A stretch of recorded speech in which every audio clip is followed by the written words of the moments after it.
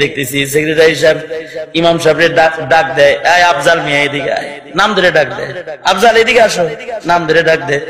আমি একদিন তারা সিমটি দিলাম, কি নিজের খুব বড় মনে হয়,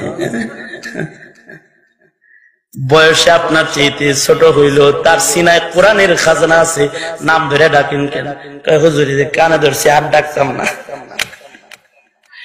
ভালো হয়ে যাও, ভালো হইতে পয়সা লাগে না।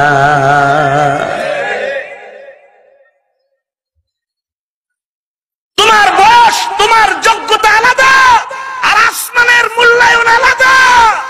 শিক্ষিত হতে পারো, মৌলবীর সাথে না কলাতে আঁকবা না, না কলাতে আঁকবা না, হুঁশিয়ার হয়ে যাও। মুহতারাম হাজিরিন, বয়সে বড় এক জিনিস আর আসলে বড় আর এক জিনিস। এ কারণেই আমি বলি, সিনিয়র বহু নেতৃত্ব হাজির আছে। মোহাম্মদপুরের মাটিতে আল্লামা আজিজুল হকের কবর আছে। এ মাটিতে বড় হয়েছে আল্লামা আজিজুল হকের সন্তানেরা। বয়সে ছোট হলে কি হবে? এরা জাতির সম্পদ, কোনো সন্দেহ নাই। কারো যদি বুঝে না আসে, ভুল করবে, ভুল করবে। কথা বলেন ঠিক না বেঠিক? তাহলে আওয়াজ করে বলেন ঠিক না বেঠিক?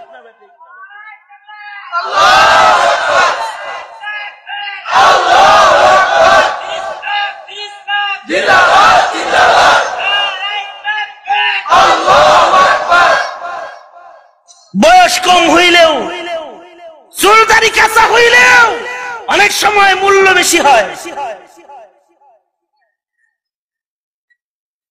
আজকে একটু পরেই আল্লামা মামুনুল হক সাহেব দামাত বরকাতুহুম বয়ান করবেন। আমি ওনাকে রাহবার মাইনা চলা হয় না, কারণ আমার উস্তাদের সন্তান, ভবিষ্যৎ উজ্জ্বল নেতৃত্বের চেহারা এটা। জাতিকে 1000 বছর মনে রাখতে হবে আল্লামা মামুনুল হককে, 1000 বছর মনে রাখতে।